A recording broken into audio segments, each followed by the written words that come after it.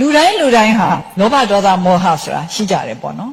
အဲ့တော့လောဘဆိုတာဟာရိုးရိုးလေးပြောရင်လူချင်းမှုပဲလူချင်းတတ်မဲ့မှုဒါပေမဲ့နော်ဘဝမှာကိုလူချင်းတာအားလုံးမရနိုင်ဘူးစွန့်လွတ်ရမှာရှိတယ်ဒါကိုယ့်ဘာကိုစွန့်ဖြတ်ရမယ်ကိုဘာကိုစွန့်လွတ်မလဲကိုအတန်ဖိုးထားဆုံးဟာဘာလဲမစွန့်လွတ်နိုင်ဘူးအလောက်အောင်တန်ဖိုးထားတာဟာဘာလဲအဲ့ဒါကိုကြည့်ပြီးတော့မှအားလုံးလူချင်းနေဆိုရင်မဖြစ်နိုင်ဘူးဒီတော့ကျမတို့တိုင်းပြည်တိုးတက်ဖို့အတွက်လှုပ်ချင်နေဆိုလို့ရှိရင်ကိုယ်ပိုင်လူချင်းတဲ့အထက်ကတချို့ဟာတွေဒီစိတ်တစ်ပိုင်းစွန့်လွတ်တဲ့ရင်လည်းစွန့်လွတ်ရမှာပဲစွန့်လွတ်ဖို့လိုရင်လည်းစွန့်လွတ်ရမှာပဲဒါပေမဲ့လိုချင်းစွန့်လွတ်ရမယ်နောက်ပြီးတော့ငါစွန့်လွတ်ပါတယ်ဆိုပြီးတော့ကြွားဖို့လည်းမဟုတ်ဘူးဒါတကယ်ကိုယ်စိတ်ထဲမှာကျမလေးဟိုအင်တာမဆွလို့အနေနာခါမှာလေဆိုပြီးကိုပြောတဲ့လူတွေကိုခတ်ကြောက်ပဲ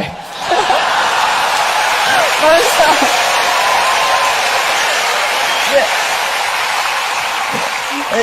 ကျမစိတ်ထဲမှာလေအဲ့လိုပြောတဲ့လူတွေကတစ်နေ့တစ်ချိန်တစ်ခါမှအကျွေးများတောင်းမလားလို့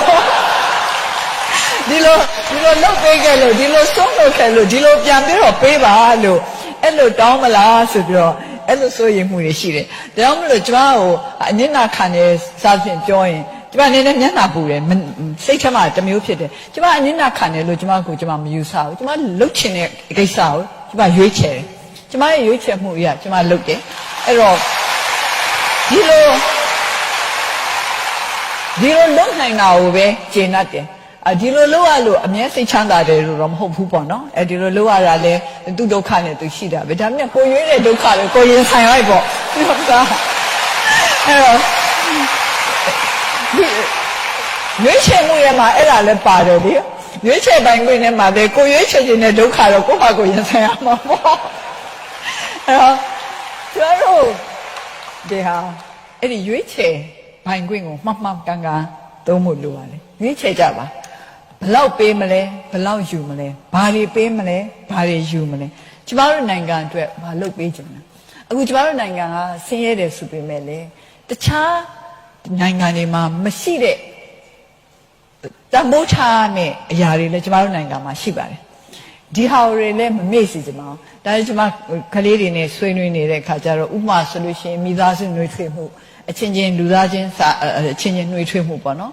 ကျမဆိုအမြဲပဲပြောပါတယ်ကျမတို့ပြည်သားတွေကဒီလိုကျမတို့ COE ခီးသွားတဲ့အခါကျရင်နွေးထွေးနဲ့ကြိုဆိုကြတာနွေးထွေးနဲ့ဆူတောင်းပေးကြတာပေါ့နော်ကျမပါစေအသက်ရှည်ပါစေတက်တော်ရသောရှည်ပါစေဒါပဲသူတို့ပေးနိုင်တယ်ဒါနဲ့ကျမကျင်တတ်တယ်ဒါစိတ်ထဲကနေပြီးတော့ပေးလိုက်တဲ့ဆူတောင်းတစ်ခုဟာကျမအတွက်အများကြီးကျင်တတ်တယ်ဒီတော့